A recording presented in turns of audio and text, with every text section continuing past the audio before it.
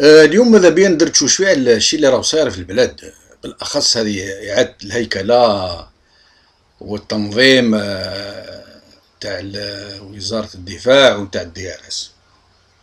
بزاف الناس يتكلموا اليوم، قال لك الحاله خطيره وكاين يعني صراع كبير بين بوتفليقه والتوفيق، وتغلب التوفيق بوتفليقه على التوفيق، ودار الدي ار اس وبدل النحانق ضعف الدي ار اس وكذا وكذا وكذا.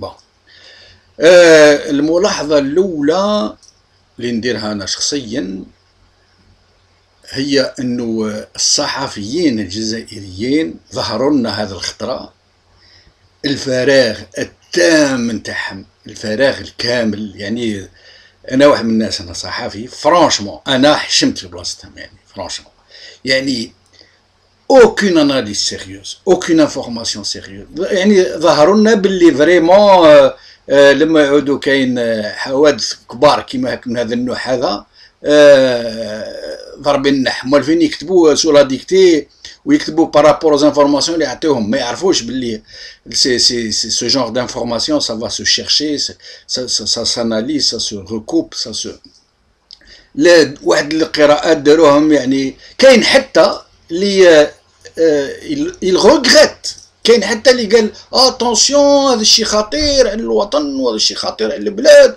غاضوا الدي ار اس لما يعني نقصوا من بعض الصلاحيات نتاعو، من بعض يعني فرانشمون سي انكرويابل. دوطخ جورناليست كي باس بور دي فيدات دي جورناليست دي كذا، زيرو. سي فريمون مالهورeux، personnellement je le déplore.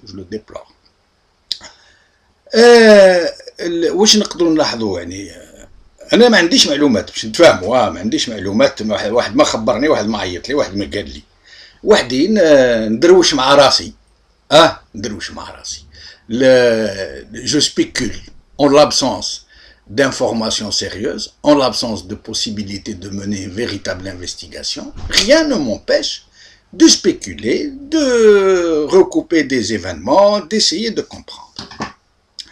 En l'occurrence أنا نظن باللي une telle réorganisation, une telle recomposition, c'est une recomposition qui n'est pas une vraie recomposition en profondeur, ولكن c'est une recomposition que tout le monde a appelé de ses voeux pendant des années، سنين وسنين، والناس تعيط وتقول يا ولدي لازم تعاودوا تنظموا الامور، والدي ار اس il a trop de puissance, il a trop de pouvoir, il est كذا.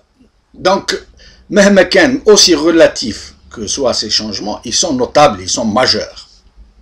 Même s'il y a eu un jeu de chaises musicales, même si certains généraux qui ont été dégommés ne sont pas vraiment importants. دخلوا لنا في الاذهان نتاعنا باللي الناس هذو مهمين جدا وعندهم وزن كذا، ما كانش منها. ils sont pas importants. Ils ont été mis sur le devant de la scène. C'est des gens qui se sont distingués pendant les années 200, qui sont distingués de façon sinistre. Et donc حطوهم قدام في فم المدفع وهما مقابلين كذا، والجماعه تاع اللي عندها الفغي بوفوار ما تبانش تماما لدرجه وين اغلبيه تاع الناس اليوم واش يعرف يقول لك دي ار اس طرطاق مهنا طرطاق جبار مهنا وتوفيق، وما يعرفوش لي d'autres qui ont un vrai pouvoir، ما يعرفوش les généraux تاع les régions militaires تاع les unités de combat qui ont un vrai pouvoir، ما يعرفوش des généraux qui sont au commandement qui ont un vrai pouvoir، ما يعرفوش قايد صالح qui a un très très grand pouvoir، etc. Donc, qu'est-ce qui s'est passé? C'est que d'abord, aujourd'hui, il y a d'abord une portée psychologique. Madame, le pouvoir donc il est en train de préparer de grandes manœuvres. Puis le prochain mandat, soit prolongation du mandat, soit mandat pour Saïd Bouteflika, le quatrième mandat pour Bouteflika Abdelaziz, pour moi c'est exclu. Mais prolonger le mandat c'est possible. Un quatrième mandat c'est exclu. Pourquoi? Tout simplement parce qu'il ne peut pas faire de campagne électorale. ما ينجمش يخطب على الناس، ما ينجمش يديبلاس، ثم تمرق باللي السيد il a perdu toutes ses facultés mentales et il ne sert que de vitrine au vrai pouvoir qui est derrière lui. Donc ما يديروش quatrième mandat. Soit prolongé, donc pas besoin de faire de campagne électorale, ça leur laisse le temps de se préparer, 2 ans encore. Soit ils vont lancer directement Saïd Bouteflika. Et ce qui vient de se passer là, ces réorganisations, ces recompositions, ces reconfigurations, ces restructurations vont jouer pour lui, parce que les gens, qu'est-ce qu'ils vont dire? Ils vont dire, et on va leur suggérer, شوف voilà Saïd, mais يديرش الدخان, كلش مسكات, كلش من تحت. Ça, il est vraiment capable. C'est le seul qui a pu dégommer le DRS. C'est le seul qui a pu réorganiser les forces en présence. Et ça va jouer énormément. هذه أولا. ثانية لازم نعرفوا حاجة باللي il n'y a pas de conflit entre les Bouteflika et Tawfiq. Au contraire, cette partition a été jouée par 3 personnes. 3 personnes à armes égales et on ne sait pas ce qu'il y a derrière, mais je vais vous dire le fond de mes pensées. 3 personnes qui sont Saïd Bouteflika. Abdelaziz Bouteflika, il est hors jeu. C'est juste la vitrine, la façade. Saïd Bouteflika ou Gaïd Saleh ou Tawfiq. السؤال اللي يطرح هو أنه كيفاه Tawfiq, qui était l'homme le plus puissant du régime, accepte de se départir de prérogatives et de pouvoirs qui vont en faire un personnage de seconde zone, de second rang. Là est la vraie question. Et à mon avis, à mon humble avis,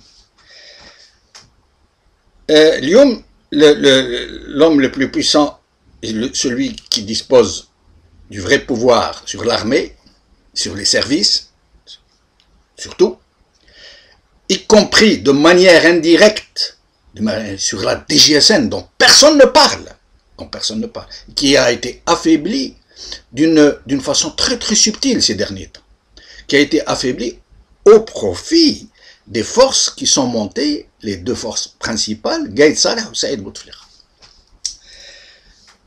Tawfiq, pourquoi il a accepté? Tout simplement parce que Tawfiq est un homme très intelligent, c'est un homme très opportuniste, c'est un homme qui vit, il a compris qu'il est en train de jouer le dernier quart d'heure, et comme bon joueur de poker, en bon chef d'orchestre, en bon stratège, il faut savoir partir au moment opportun.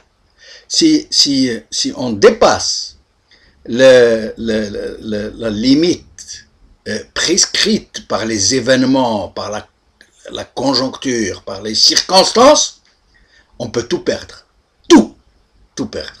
Et on peut être questionné, on peut être interrogé, on peut être jugé pour des choses qui sont passées et qu'il est préférable d'enfermer et qu'il est préférable de faire oublier. Et donc Tawfiq, il a compris. D'abord, il est malade, il n'a pas une très bonne santé, il a besoin de se reposer sérieusement. Deuxièmement, il a négocié tous les virages avec un art consommé de la stratégie. Il a su négocier tous les virages, il ne s'est pas cassé la gueule. Il a compris que le moment est venu pour lui d'opérer une retraite. Et là, c'est mon avis personnel, il a dû négocier une retraite en or. Moi, personnellement, je suis persuadé qu'il a dû négocier son départ de façon magistrale. Et Saïd Bouteflika, qui dispose de tous les leviers de la rente, de leviers inimaginables, il a compris que Tawfiq voulant partir, il pourrait l'utiliser ou travailler avec lui en commun accord pour qu'avant de partir, Tawfiq vide le DRS de ses capacités les plus nuisantes, de ses potentialités les plus lourdes, qui le faisaient peser sur la balance du vrai pouvoir, du vrai noyau central. Et donc Tawfiq a dû négocier, il a dû dire bon, il n'y a pas de problème, moi je vais faire en sorte, je vais vous arranger pour que... et il sait que Gaïd Salah est totalement acquis à Saïd Bouteflika. Gaïd Salah est le premier allié de Saïd Bouteflika. Gaïd Salah est le principal soutien de Saïd Bouteflika. Et Gaïd Salah ne partira que lorsqu'il aura mis Saïd Bouteflika en orbite. Et donc, le trio s'est arrangé de façon à ce que le pouvoir apparent sur la défense et sur le DRS et sur le reste appartienne à Gaïd Salah. Gaïd Salah qui est acquis à Saïd Bouteflika. Et donc Saïd Bouteflika, qui dispose déjà de moyens colossaux, de capacités faramineuses, il dispose aussi d'un allié de choix qui aujourd'hui a tous les moyens entre ses mains et les deux vont peser d'un poids magistral sur la suite des événements, d'autant plus que le régime a réussi à instaurer un vide, un Sahara, un désert politique dans la société algérienne, dans la société civile. Les seules forces, entre guillemets, ce ne sont pas des forces, ce sont comment pourrais-je, ce sont des outils, ce sont des agences, ces seules forces qui peuvent agir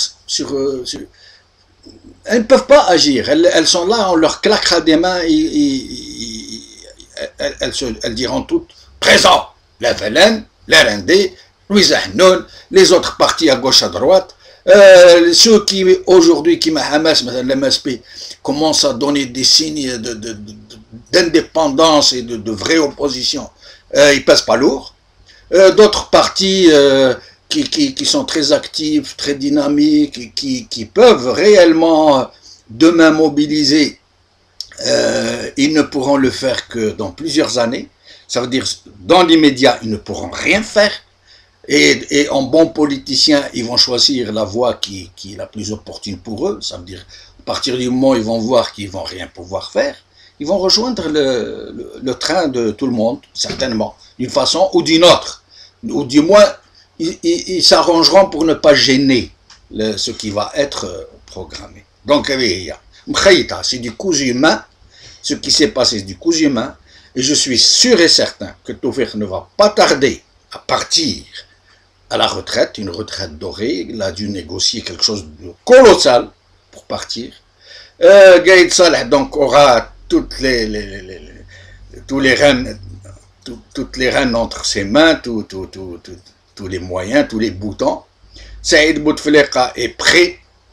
Il reste à savoir ce qu'ils vont décider. Prolongation du mandat ou lancement directement de Saïd Bouteflika. C'est mon point de vue. C'est mon point de vue. En tout cas, moi je le dis, mon point de vue.